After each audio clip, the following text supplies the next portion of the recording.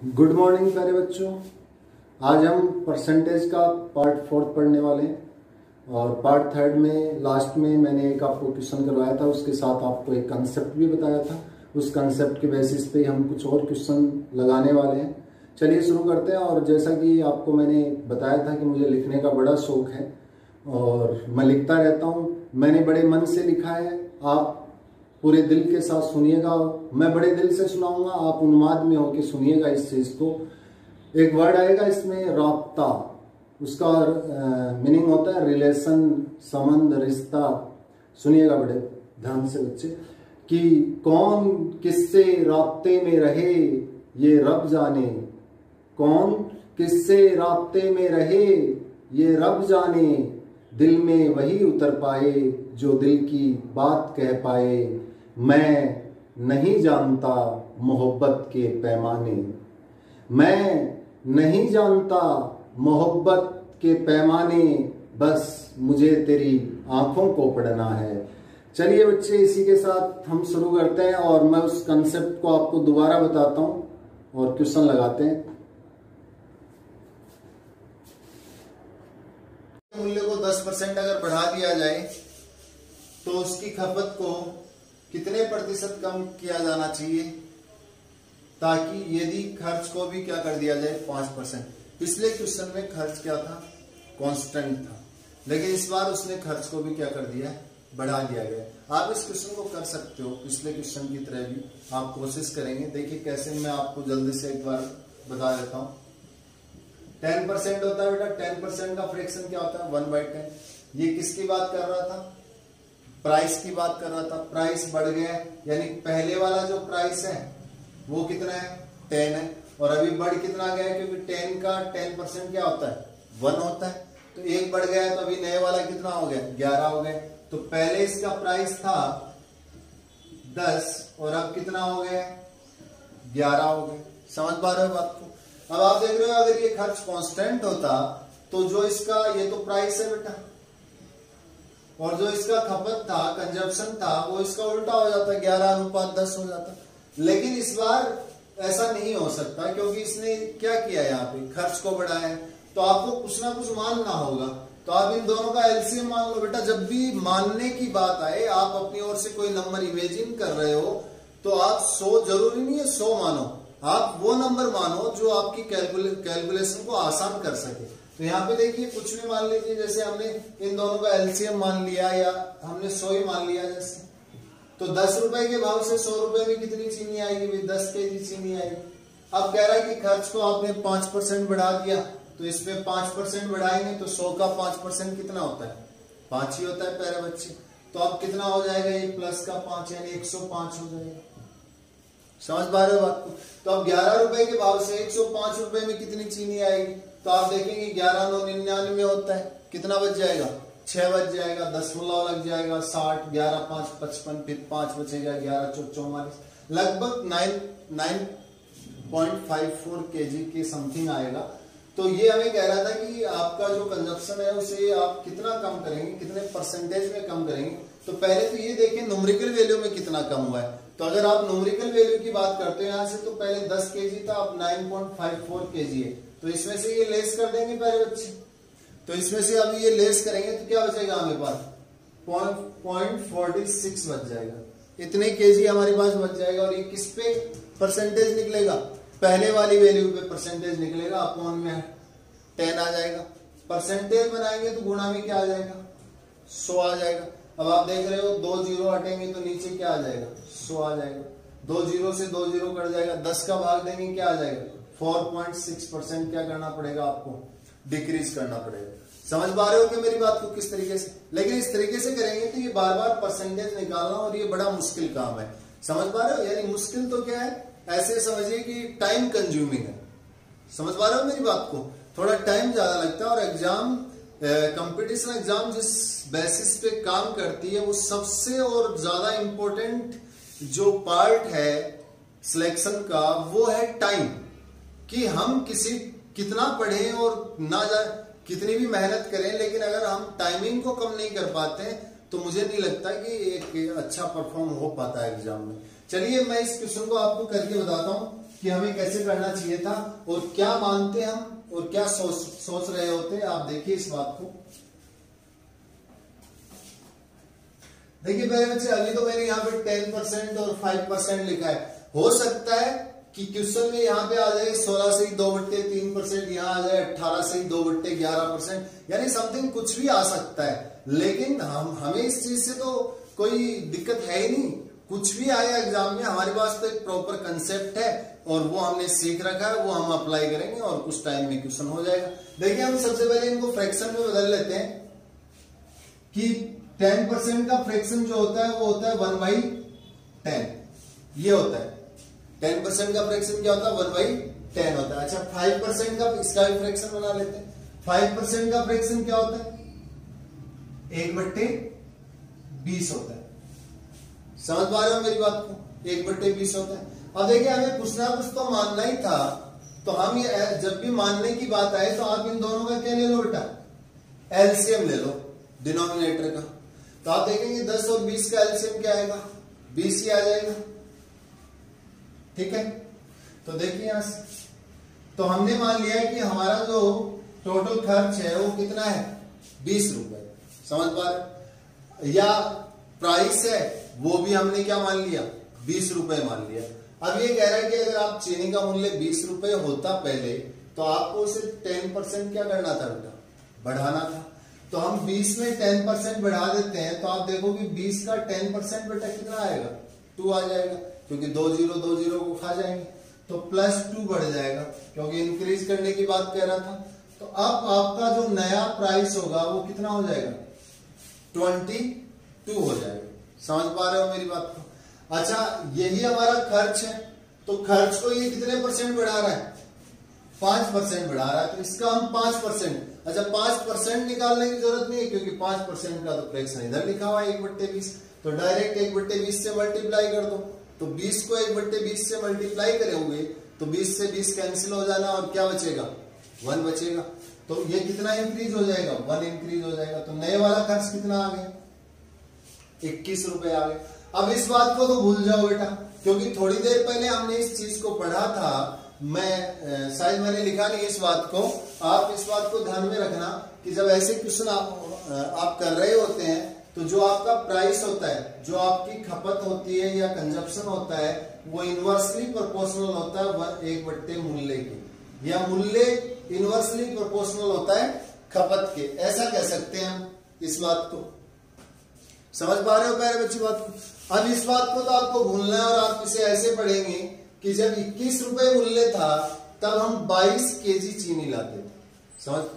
22 KG चावल लाते थे। जब 21 रुपए मूल्य था तब 22 केजी चावल लाते थे। अब जब 22 रुपए मूल्य हो गया है तो हम कितने केजी चावल लाएंगे?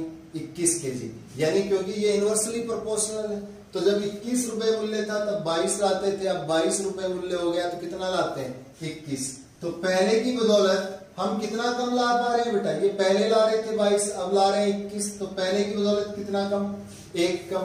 अच्छा परसेंटेज किस पे निकाला जाता है? पहले वाली वैल्यू पे निकाला जाता है। तो पहले वाली वैल्यू कितनी थी? 22 थी, 22 था। और परसेंटेज के लिए क्या कर देंगे? गुणा में 100 कर देंगे, तो ये गुणा में 100 आ जाएगा। तो आप चाहो तो इसे कैंसिल कर लो या डायरेक्ट भाग दे दो। आप देखोगे 11 से कट जाएगा और ये 50वां, यानी 15/11 आ जाएगा। ये 11 से भाग करेंगे, 11 चौक 44 आ जाएगा बेटा, 6 बचेगा, 60 हो जाएगा, 11 5 55 आ जाएगा, फिर 5 बचेगा, 11 चौक 44%। यही थोड़ी देर पहले हमारा आंसर आ रहा था 4.54%। पहले की बजाय हमें क्या करना पड़ेगा? इसको डिक्रीज करना पड़ेगा। समझ पाए प्यारे बच्चे मेरी बात को? मैं एक क्वेश्चन और लिखता हूं, आप 1-2 सेकंड में पहले जैसे मैंने, आप देखो इस क्वेश्चन को, लिखे हुए क्वेश्चन को, तो आप जहां भी वीडियो देख रहे हैं उसे पॉज कर दिया करो एक बार, और उसके बाद खुद से सेल्फ से करने की कोशिश किया करो एक क्वेश्चन सीखने के बाद। और जब आपको लगे कि यार ठीक है अभी नहीं हो पा रहा है, तो आप फिर उसके बाद जाके देखें, तो मुझे लगता है ज्यादा बेटर सीख पाएंगे इन बातों को। चलिए हम अगले क्वेश्चन की ओर बढ़ते हैं। देखिए बेटा अगला क्वेश्चन देखिए क्या है। इस बार देखिए मैंने वैल्यूज को थोड़ा अच्छा कॉम्प्लिकेटेड सा बना दिया है। अब मुझे नहीं लगता कि इससे ज्यादा कॉम्प्लिकेटेड करेगा वो एग्जाम में। क्या कह रहा है? एक ग्राहक तेल कि तेल के मूल्य में 18.2/11% की वृद्धि होने पर अपनी खपत को कितने प्रतिशत कमी करे यदि खर्च को 6.2/3% बढ़ा दिया जाए। यानी 18.2/11% आपने तेल की जो प्राइस है उसको इंक्रीज कर दिया है और खर्च आपने पहले की बदौलत 6.2/3% क्या कर दिया है, बढ़ा दिया है। समझ पा रहे हो मेरी बात को? तो हमें ये बताना है कि उसे अपना जो कंजप्शन है उसे कितने परसेंटेज कम करना पड़ेगा। देखिए बेटा, बहुत आसानी से 5 से 7 सेकंड में क्वेश्चन को किया जा सकता है, और अदरवाइज किसी को लेके बैठा रहना है तो वो बैठा रहे, जैसे भी अपनी अपनी समझ है, करने का तरीका होता है अपने अपने का। बाकी आप इन तरीकों से जाएंगे तो बहुत अच्छे से वर्क कर पाएंगे इन चीजों पे। देखिए सबसे पहले 18.2/11% का फ्रैक्शन क्या होता है, तो देखिए 1/11 किसका फ्रैक्शन होता है, 9/1/11% इसका फ्रैक्शन होता है। तो 18 ये किसका होगा बेटा, 9/1/11 होता है ना। तो इसमें देखिए नीचे 11 है, तो अगर इसे मैं 2 से मल्टीप्लाई कर दूंगा तो आप देखोगे 18.2/11% बन जाएगा। यानी ये 2/11 का फ्रैक्शन का परसेंटेज होता है। समझ पा रहे हो मेरी बात को? देखना इस बात को, अगर आप नहीं समझ पाए हो। 9/1/11% 1/11 का 1/11 फ्रैक्शन का परसेंटेज होता है 9/1/11। समझ पा रहे? अगर आप इसको 2 से मल्टीप्लाई कर दोगे, यहाँ पे 2 आ जाना है, तो इधर भी तो 2 से मल्टीप्लाई होगा, 9 का 2 होता है 2/11, 18.2/11, ये ऐसे आ जाएगा। समझ पा रहे हो मेरी बात को? अच्छा, आगे कह रहा था कि इसने अपने खर्च को कितना बढ़ा दिया, 6.2/3% बढ़ा दिया। खर्च को 6.2/3% बढ़ा दिया, तो खर्च को बढ़ा दिया 6.2/3%। तो 6.2/3% का फ्रैक्शन बताओ। अरे लिखवाया था मैंने, क्या होता है 1/15, 1/15। अब देखिए हमें कुछ ना कुछ तो मानना ही है, लेकिन अब 100 मानोगे तो उनसे ये परसेंटेज निकल नहीं पाएंगे। तो मैं हमेशा कहता रहता हूं, अपने ऑफलाइन क्लासेस जब होती रहती थी और अब तो हम ऑनलाइन पे आ गए हैं, तो आपसे भी रूबरू होते रहेंगे और धीरे धीरे आपको भी पता लग जाएगा कि मैथ को किस तरीके से रीड करना चाहिए और किस लेवल पे जाके क्वेश्चनों को सोल्व करना चाहिए कि कम से कम टाइम में। तो हमेशा क्या होता है बेटा, जब आपको कुछ मानना होता है तो आपके पास जो नंबर्स होते हैं उनका आप एलसीएम मान लिया करो। तो एलसीएम मानने से क्वेश्चन आसान हो जाता है, क्योंकि एलसीएम हम उन्हीं नंबर्स का मान रहे होते हैं जो हम जिन्हें फेस कर रहे होते हैं, और उन्हीं से ही उनको फिर काटना पीटना होता है। तो आप देखिए 15 और 11 का एलसीएम, यानी 15 और 11 प्राइम नंबर है बेटा, एक अभाज्य संख्या है, तो इनका एलसीएम, इनका मल्टीप्लाई ले लेते हैं। तो 15 को 11 से गुणा कर लेते हैं, 165 आ जाएगा। क्या सही बात है क्या? अभी 15 को 10 से गुणा करेंगे 150, और एक बार 15 और जोड़ दो तो 165। तो हमने मान लिया कि हमारा जो टोटल खर्च था वो 165 रुपीज था, या ऐसा कहें कि जो प्राइस था वो 165 रुपए था।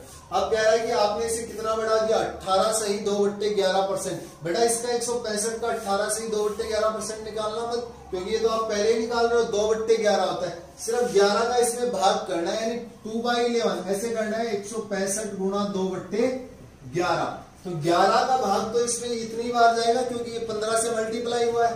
तो 15 और ऊपर 2 है तो कितना गुणा हो गया, कितना आ जाएगा, 30 आ जाएगा। यानी ये पहले से 30 प्लस हो जाएगा। तो 165 में अगर 30 जोड़ेंगे तो 195 आ जाएगा। तो अब नए वाला कितना हो गया, 195 हो गया। कह रहा है कि आगे उसने खर्च को कितना बढ़ा दिया है, तो आप देखोगे खर्च 6.2/3% बढ़ा दिया गया है।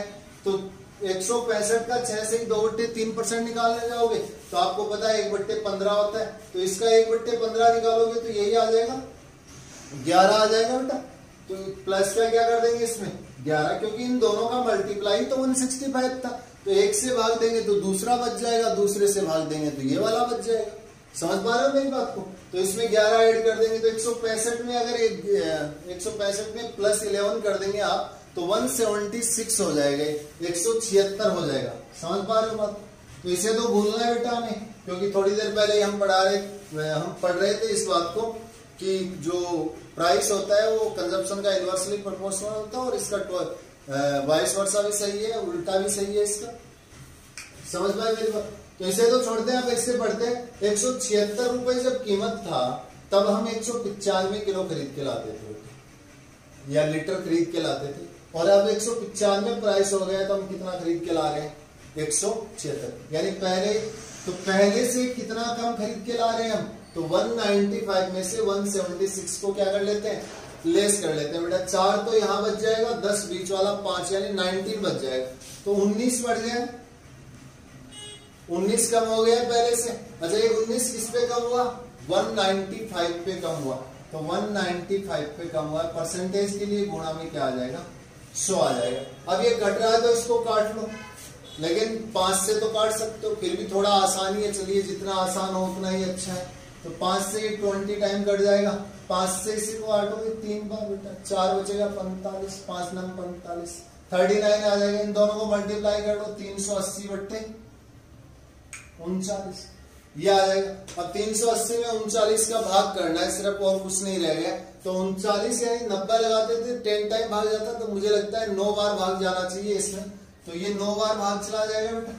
तो 9 बार भाग जाने के बाद कितना बच जाएगा? तो 390 में से अगर आप 40 लेस कर देते हैं तो 350 बचता है क्या?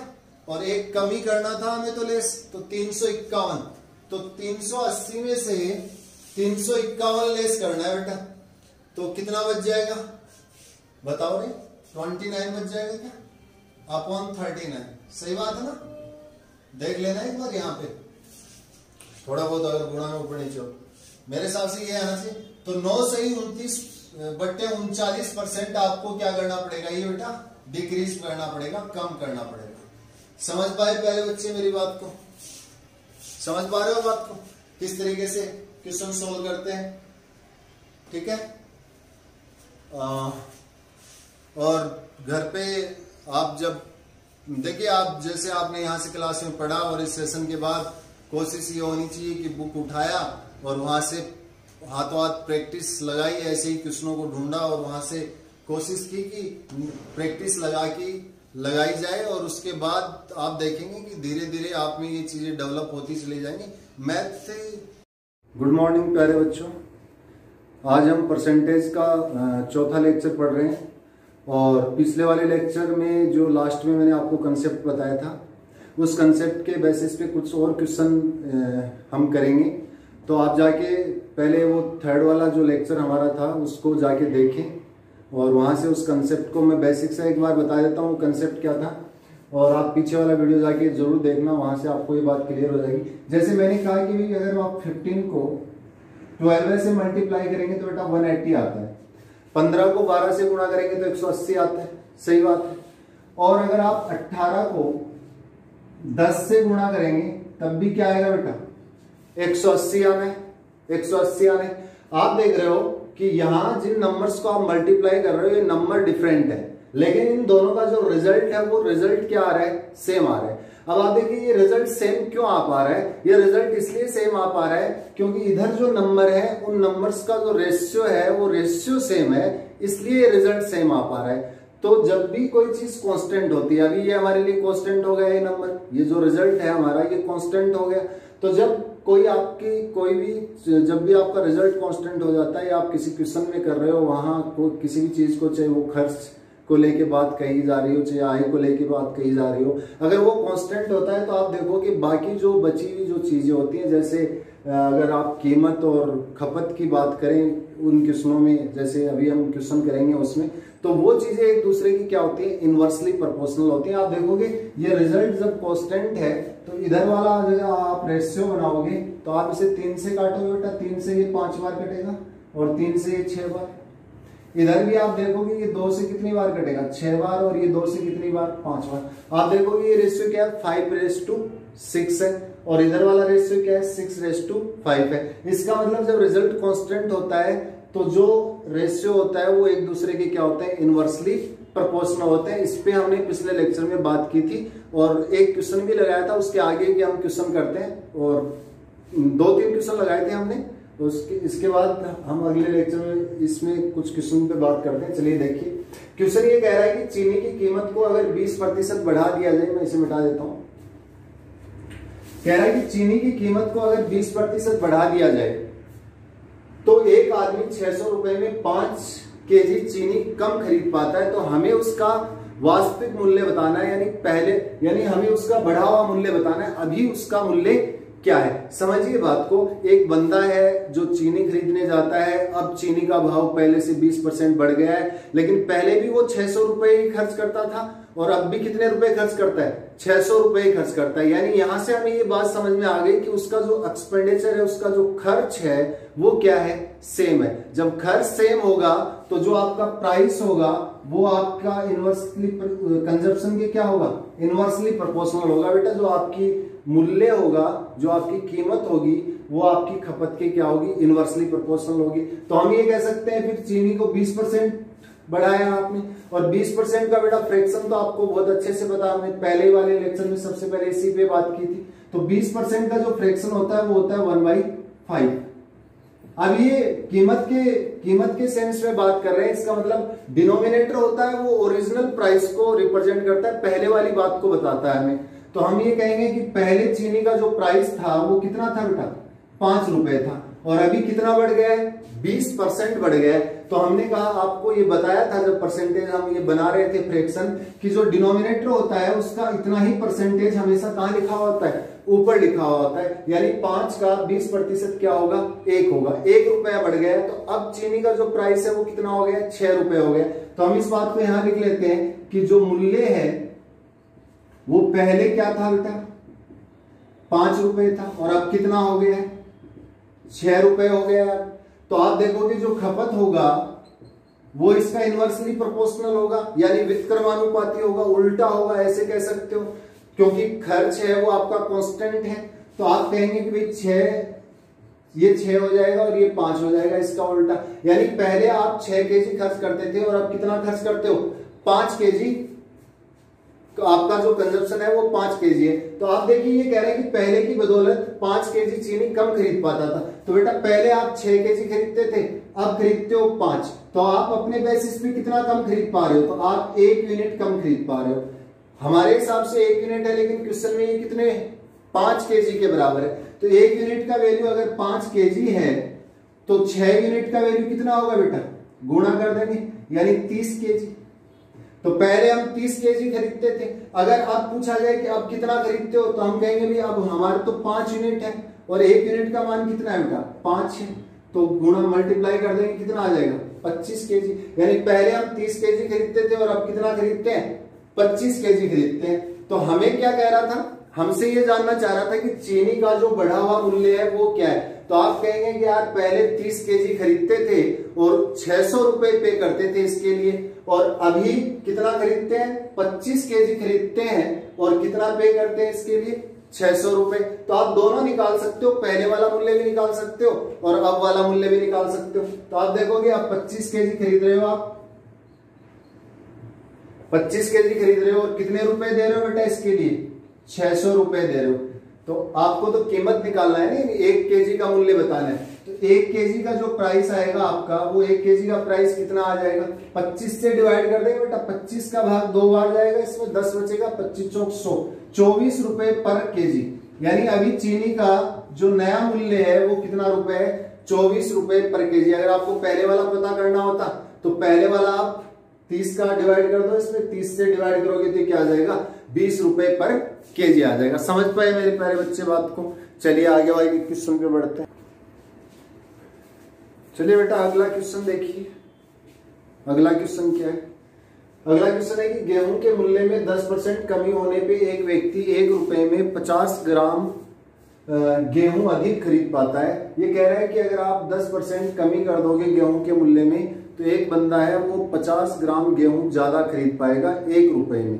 तो हमसे कहा जा रहा है कि पहले 1 रुपए में कितने गेहूं खरीदे जा सकते थे। तो बेटा वही बात हो गई, पहले भी 1 रुपए में खरीद रहा था और अब भी 1 रुपए में खरीद रहा है। इसका मतलब खर्च है वो क्या आपका कांस्टेंट है। अगर खर्च कांस्टेंट है तो आपको पता है जो खपत है वो इनवर्सली प्रोपोर्शनल होता है प्राइस का, या इसका उल्टा भी सही है, प्राइस खपत का इनवर्सली प्रोपोर्शनल होता है। तो आप देखोगे 10% का फ्रैक्शन क्या होता है प्यारे बच्चे, 1/10, ये आपको पता है सारों। तो जो डिनोमिनेटर होता है, जो हर होता है, वो पहले वाला प्राइस होता है। तो गेहूं का जो पहले वाला प्राइस था वो कितना था, 10 था, और 10 का जब आप 10% निकालेंगे वो 1 आएगा। तो यहाँ पे कमी की बात कह रहा है, यानी डिक्रीज होने के लिए कह रहा है। तो अब 1 रुपया क्या लगेगा आपका, कम लगेगा, 1 रुपया कम हो जाएगा, तो अभी 9 रुपए लगेंगे आपके। तो हम देखेंगे कि अगर प्राइस की बात करें, मूल्य की बात करें, तो पहले वाला मूल्य था बेटा 10 रुपए और अब वाला मूल्य कितना हो गया है, 9 रुपए। तो आपको पता है जो आपका कंजप्शन होगा वो तो क्या होगा, इनवर्सली प्रोपोर्शनल होगा। तो इसका उल्टा कर देते हैं, तो इसका जो खपत होगा वो क्या हो जाएगा, 9 से 10 हो जाएगा। यानी पहले आप 9 ग्राम 9 केजी, यानी ये तो यूनिट है, इसके साथ कोई प्रॉपर पर्टिकुलर यूनिट नहीं है, आप इसके साथ कुछ भी पढ़ सकते हो, केजी, ग्राम, समथिंग कुछ भी। तो पहले हम 9 खरीदते थे, 9 केजी या 9 ग्राम खरीदते थे, और अब कितने ग्राम खरीद पाते हैं, 10 ग्राम खरीद पाते हैं। तो ये अगर हम यहाँ पे देखें इस बात को, तो पहले की बदौलत हम 1 यूनिट ज्यादा खरीद पा रहे हैं। और क्वेश्चन में कितने ज्यादा खरीद पा रहे हैं, 50 ग्राम।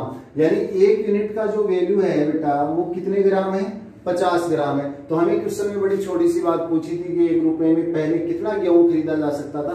तो हम कह रहे थे कि हम 9 यूनिट खरीद रहे थे, लेकिन 1 यूनिट का वैल्यू कितना है, 50 है। तो 9 यूनिट का वैल्यू कितना हो जाएगा बेटा, 9 गुणा 50, यानी 9 को 50 से गुणा कर देंगे 450 ग्राम। यानी पहले वो 450 ग्राम खरीद पाता था, और अब का पूछता तो 1 यूनिट का मान है पहले, अब 10 यूनिट खरीद पाता है, 1 यूनिट का मान 50 है, तो कितना आ जाएगा, 500 ग्राम। ये आपका क्या आ जाएगा बेटा, आंसर आ जाएगा। समझ पा रहे हो आप मेरी बात को। तो ऐसे क्वेश्चनों को बड़े आसानी से किया जा सकता है जब आपका खर्च कांस्टेंट हो। चलो हम एक और नए क्वेश्चन की ओर बढ़ते हैं। अब अगले क्वेश्चन में देखिए किस तरीके से हम उसको करेंगे।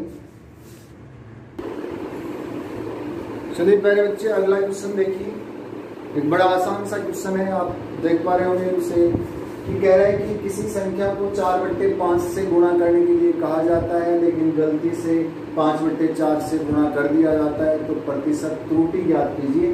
त्रुटि का मतलब एरर, गलती, कि आपसे एक्चुअल आंसर जो आने वाला था उस एक्चुअल आंसर में कितनी गलती हो गई, कितनी त्रुटि हो गई, आपको परसेंटेज में बतानी है प्यारे बच्चे। तो देखिए कोई नंबर था, अब उस नंबर का तो हमें पता नहीं, तो कुछ भी मान सकते हैं बेटा। लेकिन मैंने आपको कहा था स्टार्टिंग में कि जब आपको, मैं तो यहाँ जब आप क्वांट में कोई क्वेश्चन कर रहे हो और जब आपको कुछ मानने की बात आए, तो आप जो आपके पास नंबर है उनके डिनोमिनेटर होते हैं, उनका आप एलसीएम लीजिए, तो आप ज्यादा अच्छे तरीके से गुणा भाग कर पाएंगे और बड़ा आसान काम हो जाएगा। तो ये कह रहा था कि एक नंबर था, उसको 4/5 से गुणा करना था, ठीक है, 4/5 से गुणा करना था, और आपने कर किससे गुणा दिया, 5/4 से गुणा कर दिया। तो अब हमें एक नंबर लेना पड़ेगा ऐसा। तो हम क्या नंबर लें, तो आप देखिए हमने जैसे ये नंबर ले लिया, पहले बच्चे ये नंबर ले लिया, तो कोई तो नंबर लेना था हमें, 100, 150, 10, 20, 50 कुछ तो लेते, एक्स कुछ तो मानते हम। लेकिन मैं आपसे कह रहा हूं कि आप तो जो आपके पास नंबर होते हैं उनका आप एलसीएम ले लिया करो, तो ज्यादा बेटर कैलकुलेट कर पाओगे चीजों को। तो आप देखिए नीचे आपके पास 5 डिनोमिनेटर में 5 और 4 है, 5 और 4 का एलसीएम क्या होता है बेटा, 20 होता है। तो हमने मान लिया कि वो आपका जो नंबर था जिसमें आप बात कर रहे थे मल्टीप्लाई करने का, वो नंबर 20 था। अब आप देखेंगे 4/5 से इसको मल्टीप्लाई करेंगे, 4 टाइम कटेगा, यानी 16 आ जाएगा बेटा। तो आपका जो एक्चुअल आंसर आना चाहिए था वो 16 आना चाहिए था, लेकिन आपने 5/4 से गुणा किया, तो यहाँ पे कितनी बार घटा, 5, यानी कितना आ गया बेटा, 25 आ गया। यानी एक्चुअल आंसर आपका था, जो ओरिजिनल आंसर था वो था 16, और जो एरर के बाद आपके पास आंसर आया वो कितना आया, 25, यानी गलत होने के बाद 25। तो हमसे कह रहा था कि आपसे कितनी त्रुटि हो पाई, तो हम कह रहे थे कि 16 से 25 की त्रुटि हो गई हमारे पास, यानी 16 और 25 का डिफरेंस कितना हो जाएगा बेटा, 9, यानी 9 की गलती हो गई। लेकिन हमें तो परसेंटेज में बताना था, और ये बात तो मैं आपको बार बार कहते आ रहा हूँ कि परसेंटेज हमेशा पहले वाली वैल्यू पे निकाला जाता है, क्योंकि जब भी आप किसी भी चीज को कंपेयर कर रहे होते हो तो हमेशा पहले वाली चीज से कंपेयर किया जाता है। तो पहले आपका कितना था, 16 था, और परसेंटेज के लिए गुणा में कितना आ जाएगा बेटा, 100 आ जाएगा। तो आप यहाँ से बना लीजिए, इसका 900 में किसका भाग देना है, 16 का भाग देना है। तो 16 पंजे 80 होता है, 100 बचेगा, 16 चिकाने कितना आ जाएगा, 96 आ जाएगा, 4 बचेगा, 1/4%। 56 से ही 1/4% की आपके पास क्या हो जाएगी, त्रुटि हो जाएगी। समझ पाए प्यारे मेरे बच्चे बात को। ऐसे क्वेश्चनों को आप इस तरीके से कर सकते हो। चलिए हम और आगे क्वेश्चनों की ओर बढ़ते हैं।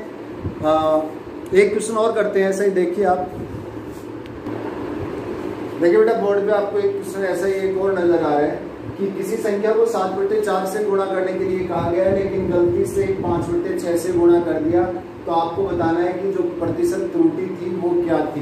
तो बड़ा आसान सा काम है, जो डिनोमिनेटर है उनका एलसीएम ले लेंगे और वो हमारे लिए एक माना गया नंबर हो जाएगा, आसान होगा काम। तो 7/4 से मल्टीप्लाई करना था, 5/6 से आपने कर दिया उसको। तो डिनोमिनेटर में बेटा 6 और 4 का एलसीएम क्या आ जाएगा, 12 आ जाएगा। तो हम मान लेते हैं कि वो जो हमारा एक नंबर था वो 12 था, हम 12 से इनको मल्टीप्लाई कर रहे थे। आप देखेंगे 4 से ये कितनी बार घटेगा, 3 बार, और 7 3 कितना होता है, 21। यानी आपका जो एक्चुअल रिजल्ट था, ओरिजिनल जो आंसर था वो 21 आना चाहिए था, लेकिन आया क्या आपके पास, 10 आया। तो हमसे कह रहा था कि परसेंटेज इफेक्ट बताइए, कितना त्रुटि हुआ, कितना गलती हुआ। तो हम कहेंगे 21 आना चाहिए था, और आ कितना पाया बेटा, 10 आ पाया। यानी कितने की गलती होगी हमसे, 11 की गलती होगी। किस पे होगी ये, 21 पे। परसेंटेज के लिए मल्टीप्लाई कर देंगे 100 से। बेटा 1100 में 21 से भाग देना है सिर्फ। आप जानते हो 21 का पाड़ा तो बड़ा अच्छा आता है आपको, 21 105 होता है, 5 बचेगा 50 हो जाएगा। उसके बाद 21 दूनी कितना होता है, 42, और कितना बच जाएगा, 8/21%। यानी आपकी जो एरर थी वो कितनी थी, 52 से 8/21% आपका क्या आ गया, एरर आ गया। समझ पा रहे हो प्यारे बच्चे। तो घर पे ये जितने भी आपको क्वेश्चन करवाए जा रहे हैं, आप इनको अच्छे से लगाइए और साथ साथ प्रैक्टिस कीजिए आप इन चीज़ों की, ताकि आपका जो काम है वो ज़्यादा से ज़्यादा निखर सके। क्योंकि जो क्वांट का पार्ट है, मैथमेटिक्स है, ये जो एग्जाम कंपटीशन एग्जाम में आता है, ये देखिए प्रैक्टिस का खेल है बेटा। और मुझे नहीं लगता कि एक बच्चा अगर 6 महीने रेगुलर अगर पढ़ता है 7 से 8 घंटे, तो वो किसी एग्जाम को क्रैक ना कर पाए, ऐसा नहीं हो सकता। डेफिनेट आप किसी भी जॉब को बड़े आसानी से हासिल कर सकते हो, लेकिन बट जरूरी ये है कि आपकी कंटिन्यूटी होनी चाहिए। आप रोज पढ़ें, कोई एक्सक्यूज नहीं होना चाहिए उसमें कि आज मुझे ये काम हो गया, वो काम हो गया, मुझे ऐसा करना है। आप अगर डेली आप नहीं पढ़ें, अगर एक दिन मिस करते हैं, इसका मतलब आपने पिछले 2 दिन जो पढ़ा था उसमें कहीं ना कहीं आपको नुकसान हो गया है। चलिए प्यारे बच्चे, अगले लेक्चर में जो हमारा 5वां लेक्चर होगा उसमें हम और बहुत अच्छे क्वेश्चन लेके करेंगे। और चलिए, थैंक यू।